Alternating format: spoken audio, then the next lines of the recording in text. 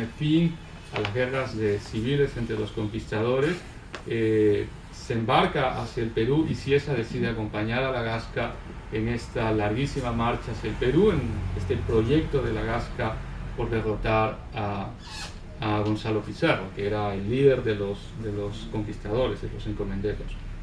Pues bien, el texto, la Crónica del Perú, es precisamente un recuento de una serie de parajes que él va conociendo en esta larguísima peregrinación, tanto ciudades y lugares de la Nueva Granada, menciona Cali, por ejemplo, menciona Santa Fe de Bogotá, por ejemplo, menciona Popayán, y también ya los territorios que hoy son el Ecuador, que en ese entonces ya se llamaba el Reino de Quito,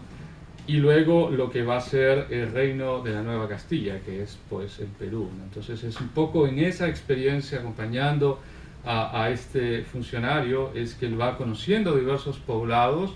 del Perú y va tomando observaciones y tomando informaciones. El gran proyecto de Cieza es, lo han dicho varios autores, insertar la historia de los incas. Está fascinado con la sociedad incaica, está fascinado con estos gobiernos indígenas pre-europeos. El propósito es introducir esa sociedad o presentar esa sociedad al lector europeo. Entonces, uno de los objetivos que tiene Cieza en su texto, la Crónica del Perú, precisamente, es acopiar no solamente información, sino información fidedigna, información veraz e información objetiva. Eso es muy interesante en este proyecto, o sea, no es la opinión de Cieza, lo que él procura dar, y lo dice en su introducción, es los hechos tal como han ocurrido, contar las cosas tal como son y ser lo más objetivo posible. Es un poco un proyecto historiográfico y un proyecto personal. Pues bien, justamente llegando al Perú, en la zona norte del Perú, es cuando él se detiene y descubre que hay comunidades, de homosexuales, y se queda realmente sorprendido, y no solamente sorprendido, sino horrorizado. Y entonces él escribe en el capítulo 64, si mi memoria y mi vista lo permite, a mencionar este largo párrafo que voy a leérselos, y lamento leerlo porque pues, soy un mal lector, pero que nos permite dar una idea de cómo están aquí interactuando tanto su tradición cultural, sus valores, y también toda esta visión de la sexualidad que es dominante en la península en el siglo XVI. Pues bien, el capítulo 64 se titula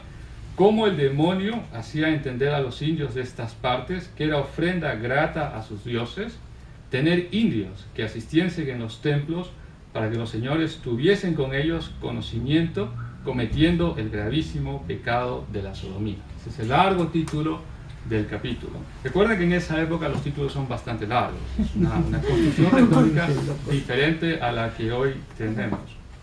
Bueno, pues acá viene su famoso parágrafo. En esta primera parte de esta historia, se refiere a su crónica, he declarado muchas costumbres y usos de estos indios, así de las que yo alcancé el tiempo que anduve entre ellos,